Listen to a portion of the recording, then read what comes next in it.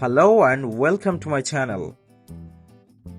বন্ধুরা, আমরা সবাই জানি তিল দু ধরনের হয়ে থাকে। এক, যেটা আমাদের শরীরের উপরে বিভিন্ন জায়গায় কালো কালো দাগ হয়ে থাকে, সেটাকে তিল অথবা আসিল বলা হয়।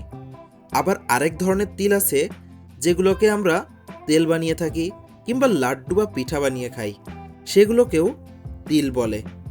তো আজ এই দু ধরনের তিলেরই ইংরেজি নাম শিখব। তো এখন আসা যাক আসল কথায়।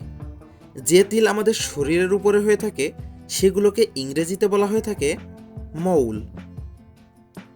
মৌল মৌল মানে হলো তিল, যেটা আমাদের শরীরের উপরে হয়ে থাকে। এরপর যে তিলগুলোকে আমরা পিঠা কিংবা তেল বানিয়ে খেয়ে থাকি সেগুলোকে ইংরেজিতে বলা হয় সেসামি।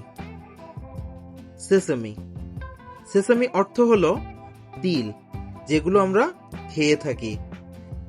এছাড়াও মৌল শব্দের আরও একটি অর্থ আছে, সেটা হলো গন্ধমূষিক, যাকে খাঁটি বাংলায় বলা হয়ে থাকে সুসো।